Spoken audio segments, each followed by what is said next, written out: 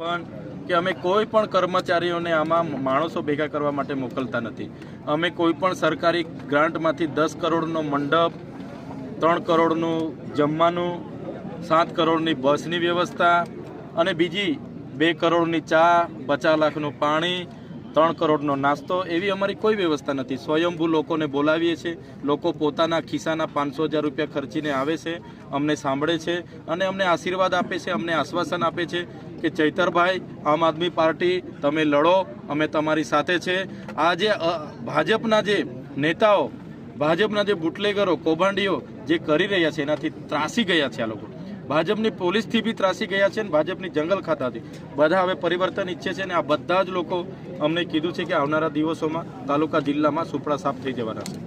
પણ કે અમે કોઈ પણ કર્મચારીઓને આમાં માણસો ભેગા કરવા માટે મોકલતા નથી।